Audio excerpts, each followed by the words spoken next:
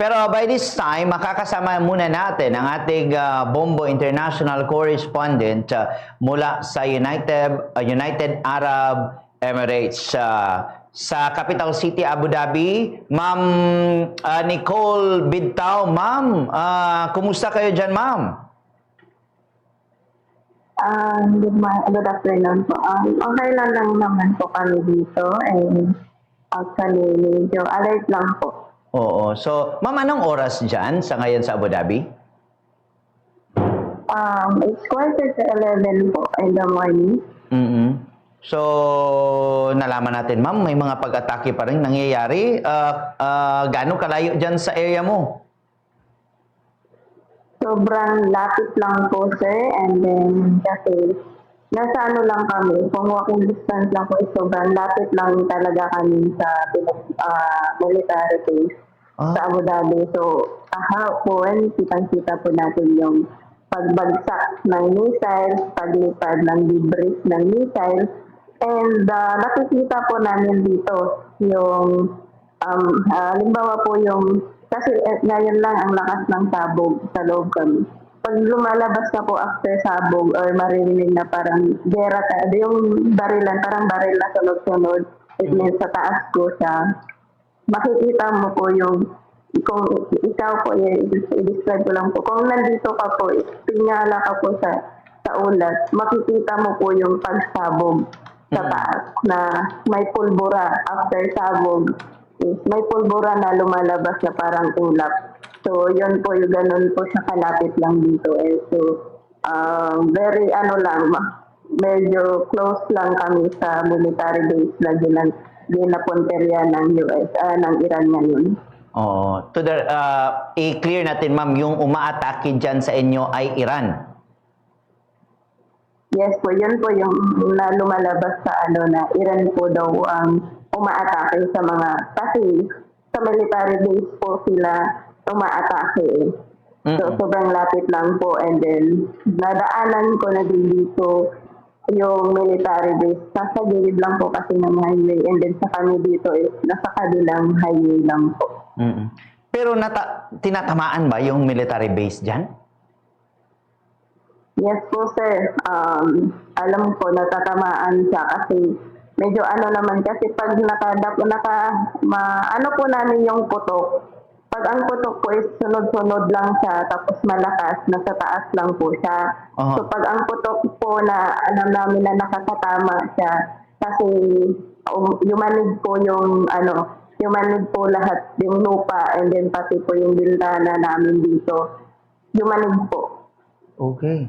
So, nararamdaman pala pag direct hit, ganyan. Yung term ba, direct hit talaga sila, ma'am?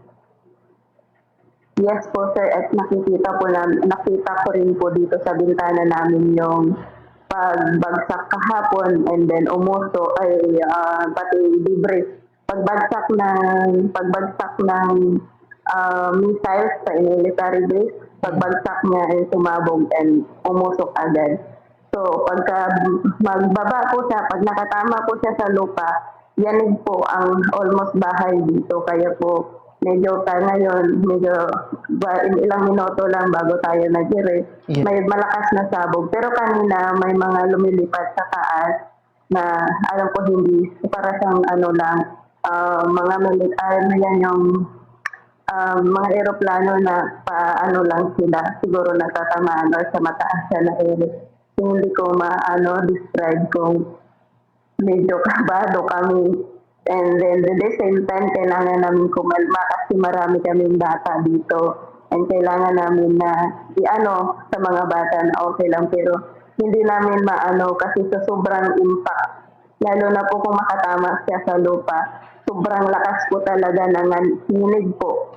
Yung pati po yung mga lalaki dito, sila biglang nagugulat din. So far ngayon, may putukan, konti tayong naririnig siguro sa area po siya.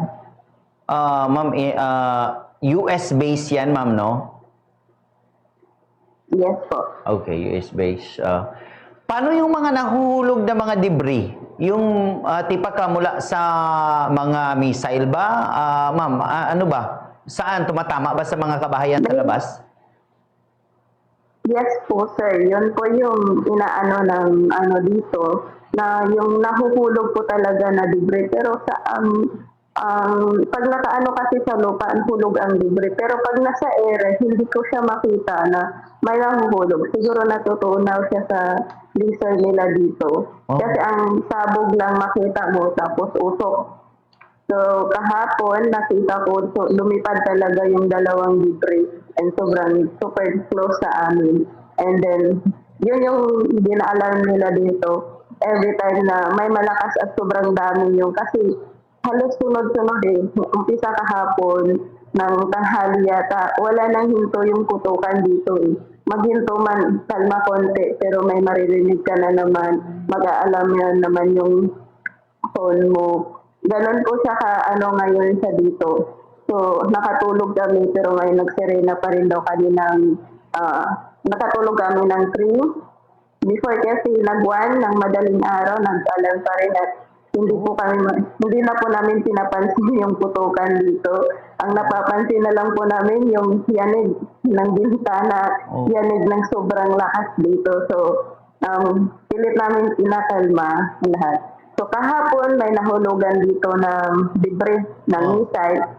Yun po yung sinasabi nila namatay po. Isang Pakistani po. So malapit dyan sa inyo? Sobrang lapit po siya. Nakikita po namin kahapon yung Yung Pakistani, yung Pakistani, ma'am, ano yan? Ano yun siya? Trabahante? Ano yun siya? Wala pa nila, hindi sila naglabas ng pero ang alam ko pag Pakistani, is worker po yan. Kadalasan po, worker po sa labas yan. Kasi ang layo po ng pagkasabugan sa nangyari ng ang layo po ng na natapunan. Kasi kita ko talaga kahapon, medyo malayo siya, siguro. Kasi kaya niyang ang missile pag bumagsak, siguro kayang wasakin ang gaya sa atin ng mga isang mall. Gaya sa City Mall. Siguro isang bagsak lang yan. Sabog agad yan lahat. Oo. Marami yung injured, ma'am? Wala pong ang nilabas po ng Emirates kahapon is walang injured. Maliban lang doon sa natamaan ng debris. Okay. Ma'am, yung sabi mo is walang pinipiling oras sa ngayon yung atake nila mula sa Iran. Nalalaman niyo ba, ma'am, na may mga paparating pang mga missile? Mamamonitor ba yan? Yes po. Dito po is maghuhuli po talaga sa ere. Pag-ising ko kanina, mahuli na siya. So, and then, pag hindi na po talaga kaya, parang ang lang nila dito is sobrang dami kasi halos sabay-sabay po eh. Hindi po alam kung 200 missiles, basta sabay-sabay po yan sa naputukan sa taas. Parang fireworks lang eh. So kung sobrang lakas po talaga, aalarm po talaga yung phone. Kahit anong libang mo, pero lahat po ng phone, kahit hindi registered dito, lahat po yan mag-a-alarm po ng mag-a-alarm at magsasalita po yung sarili mong phone na magtago kayo, may message na paparating, safe po lumabas. Ganun po ang ina-alarma po ng mga phone dito. Ma'am, is it the worst so far na andyan ka tapos may mga pag-atake mula sa kalabang grupo, ma'am? So far, sir, hindi naman po talaga pero medyo lang din, hindi po talaga sa atin na ang kaba lang po na baka parang yung bang impact lang ng putukan naririnig mo. Pero hindi man siya so far na gaya sa Pilipinas kasi sa ere po siya ang labanan eh. And then ang po siya is pagkaiba lang po eh, makikita mo na walang sa lupa, sa taas sila. And then ang takot lang and nervous lang lalo na kung makikita mo na bumabagsak and then sobrang lakas lang ng impact talaga kasi pag nakabagsak talaga siya is siya, yanig talaga. ang lupa. May information, ma'am, na yung government authority sinasabing under control na yung mga pangyayari. Is it true, ma'am? Based on your experience? Yes, sir. Yun po yung sinasabi ko na medyo okay lang naman pero ang kaba, yung alert lang kasi gaya sa amin na may mga bata, Oo. may mga alarm na narinig. Ang ano po kasi is nasa ere po talaga. Yeah. Makokontrol po talaga nila yan. Pero hindi po natin alam yung takbo ng utak ng kalaban kasi gaya niya, nakahanda yung laser nila. Pero may time talaga yan siya na wag naman sana na ganon ulit sa kahapon kasi kahapon nag-umpisa ang putukan before mag-11 ay mag-12 yata. Hindi ko ma-exact kasi parang 11 or 12 ng morning. So, umpisa ang putukan. So, parang ang ratratan ng parang barilan lang. Pero sa ere siya malakas. Pero may mga time talaga siya na sumasabog sa lupa kasi maramdaman namin. So, ngayon ang sinasabi siguro nila, under control na is, prepare na sila sa mga lumilipad. Kasi nakikita ko kagabi, parang fireworks lang kasi siyang ere eh.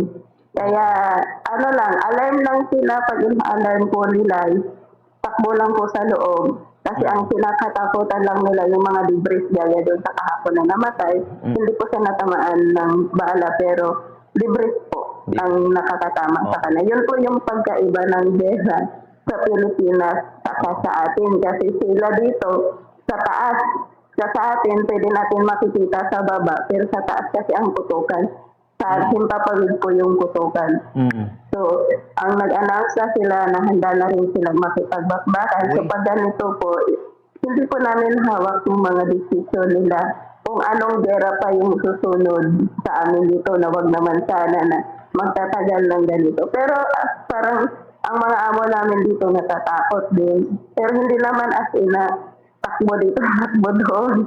Tumatawag tayo sa government, tumatawag tayo sa mga ano-ano lang tinatawagan natin. Pero lang, sa religious lang, and then tiwala lang po doon sa taas, and then sa technology nila dito. Kasi sa technology po kami naka yung pagbagsak ng missiles dito. Oo. Ma'am, sa report na namatay yung Supreme Leader ng Iran, anong reaksyon ng mga tao dyan sa UAE? Ganun lang po, sir. Wala po silang magawa. Hindi ko po sila kasi mga sundalo din yung mga anak ng amo namin dito. Hindi ko po sila nakita nagmura, nagsisigaw, or ang nakikita ko pa sa kanila, babae man o lalaki, nagdadasal lang po. Oh. Di ba, ma'am, Ramadan sa ngayon, di ba? Yes po. So, challenge, pero sa ikaw, ma'am, hindi ka nagpupuasa? Hindi po. Okay. Hindi po makaya kasi sa trabaho po. Pero kayo ay, di ba, you're awake sa dawn at sa gabi, busy kayo niyan sa mga oras na yan.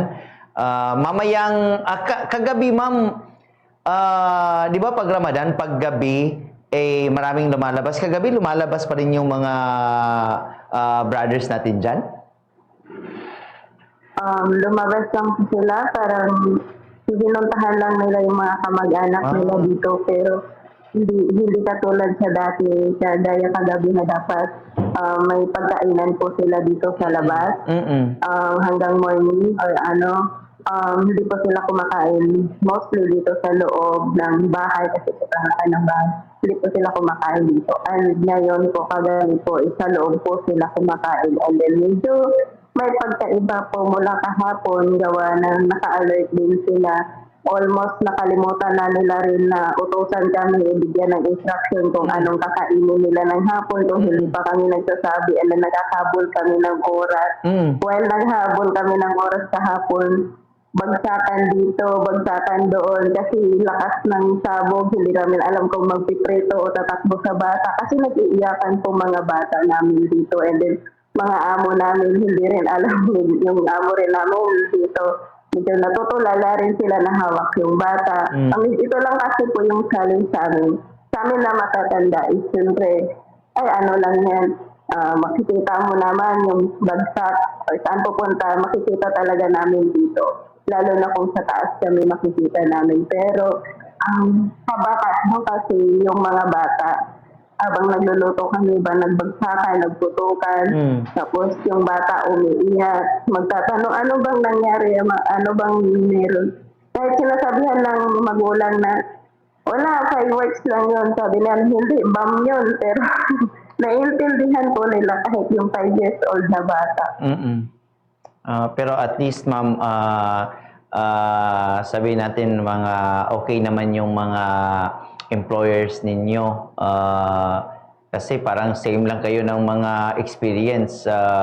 Natataranta, pero sa inyo mga Pilipino dyan, ginagawa pa rin ninyo yung dapat na mga trabaho natin, even though na delikado yung situation. Ma'am, talong ko lang, yung mga bahay ninyo ba, pag nabagsakan yan posibleng mabagsakan yan ng mga debris, makakaya ba or need talaga ng bomb shelter? Makakaya po sir kasi iba po mostly ng bahay dito. And then iba po yung pagkagawa ng dito, ng hollow blocks. Kasi ang mostly ng hollow blocks dito ay kayang pangkalso ng dump truck, parang bato sa.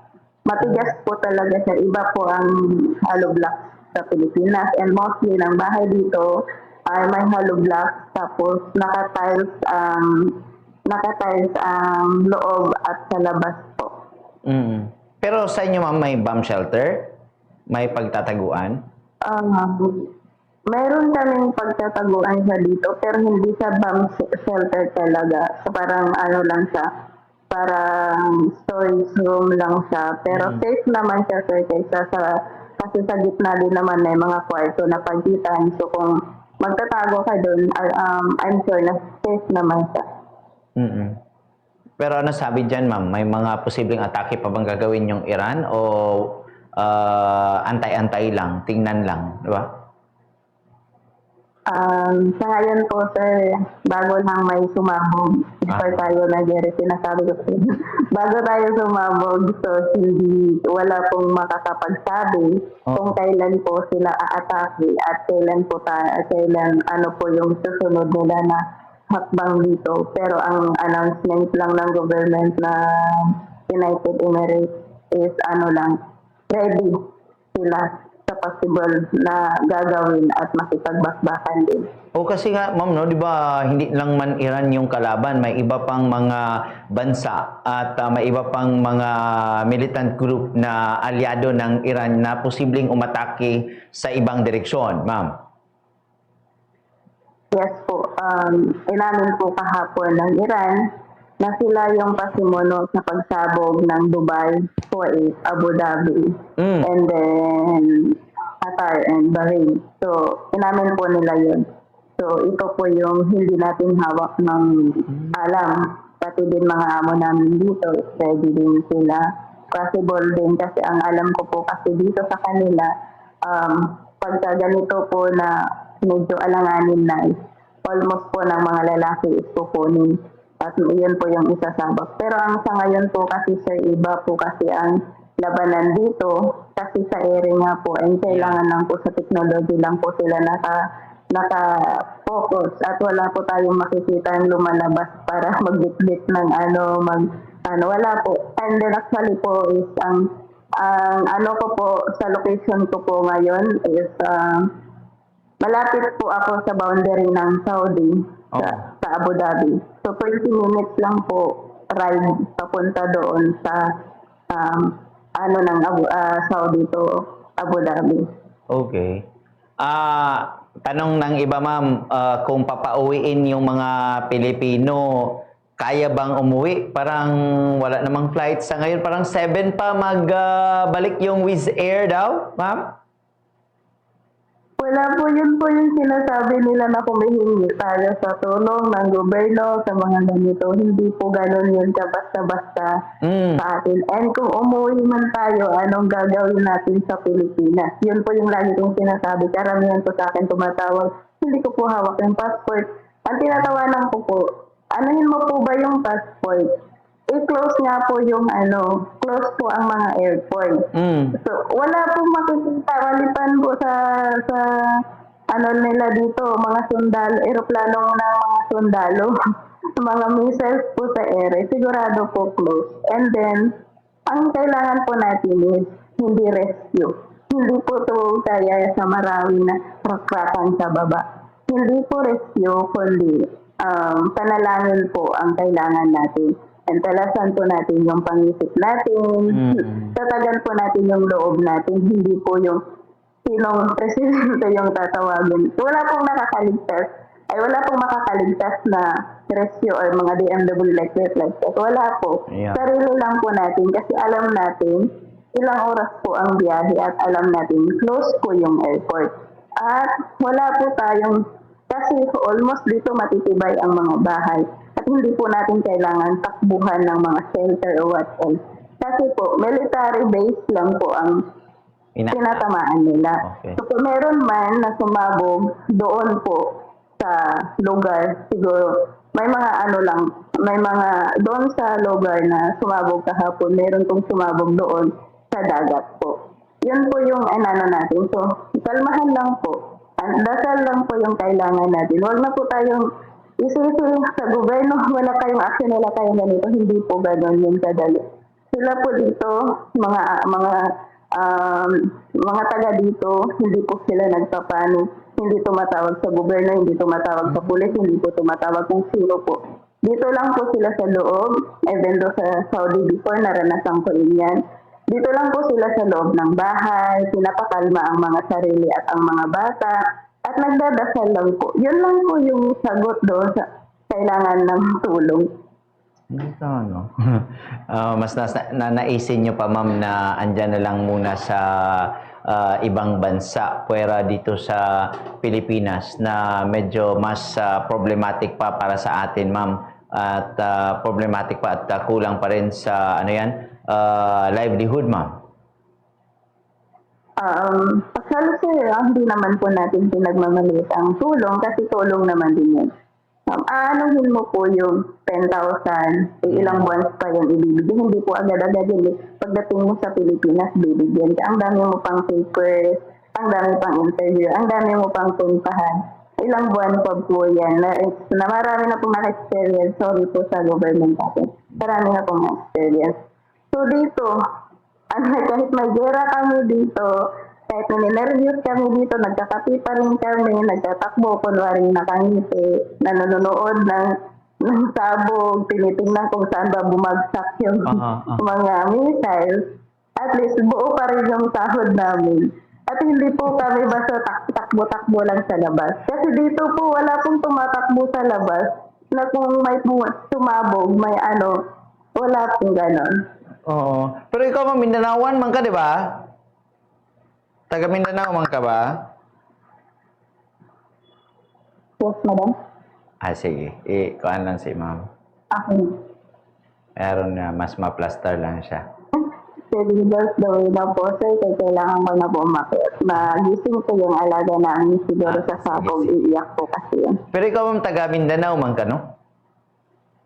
Yes po, Sultan Kudarat po. Mga ni kaya kung pangutana din anad na ka ng magira, pusil, bomba. Mindanao, magyapon gikan na. Okay po, sir, mag-ano na po ako. Sige, sige. Salamat kayo, Ma'am Nicola. Amping mo, ma'am, sa inyo hanggang mga location. Salamat kayo, ma'am. Mayong adlaw kanimo, amping mo. Si Ma'am Nicole Bidtao, mga kabombo, ato Gabombo International Correspondent.